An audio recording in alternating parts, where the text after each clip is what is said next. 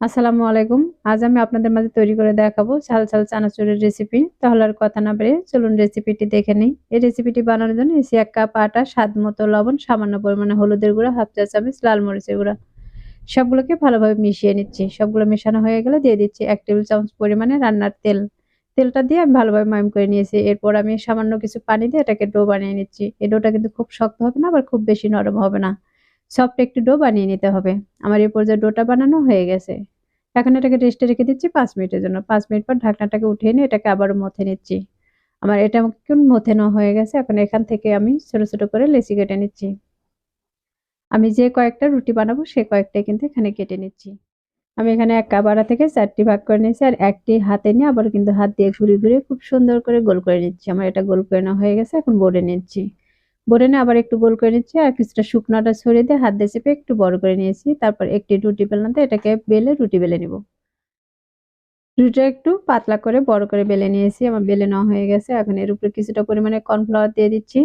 আর দিয়ে দিচ্ছি এরপর আরেকটা রুটি। আমি একইভাবে কিন্তু ৩ থেকে ৪ টা রুটি দিয়ে দিব।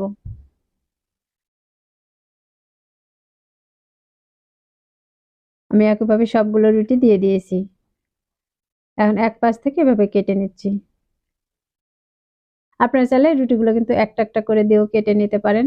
আমি সবগুলো একসঙ্গে দিয়ে কেটে নিচ্ছি। এটা কিন্তু একবারেই কাটা হয়ে যাচ্ছে। ১ম এ আমি এরকম লম্বালম্বি করে কেটে নিচ্ছি। এরপর আমি অপর পাশ করে আবারও কেটে নিচ্ছি। তাহলে এটা কিন্তু একটু চৌকোনা হয়ে যাবে।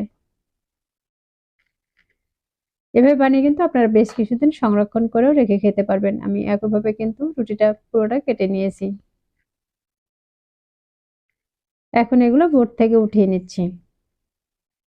উঠিয়ে নিয়েছি, এখন এগুলো তেলেতে ভেজে নিচ্ছি। তার জন্য চুলায় কড়াই বসিয়ে তেল দিয়ে তেলটা কিন্তু ভালোভাবে গরম করে নিয়েছি। এরপর এগুলো দিয়ে ভেজে নিচ্ছি। ১ থেকে ২ মিনিটের মতো এগুলো ভেজে নিলেই কিন্তু হয়ে যাবে। দেখেন খুব সুন্দর একটি কালার চলে এসেছে। আমার সবগুলো কিন্তু ভাজা হয়ে গেছে। আর ভাজার পর দেখতেই পাচ্ছেন কতটা সুন্দর কালার হয়েছে। তাহলে আজ এ পর্যন্তই। সবাই ভালো থাকবেন, সুস্থ থাকবেন। আর ভিডিওটা সম্পূর্ণ দেখার জন্য আপনাদেরকে অনেক ধন্যবাদ। আল্লাহ হাফেজ।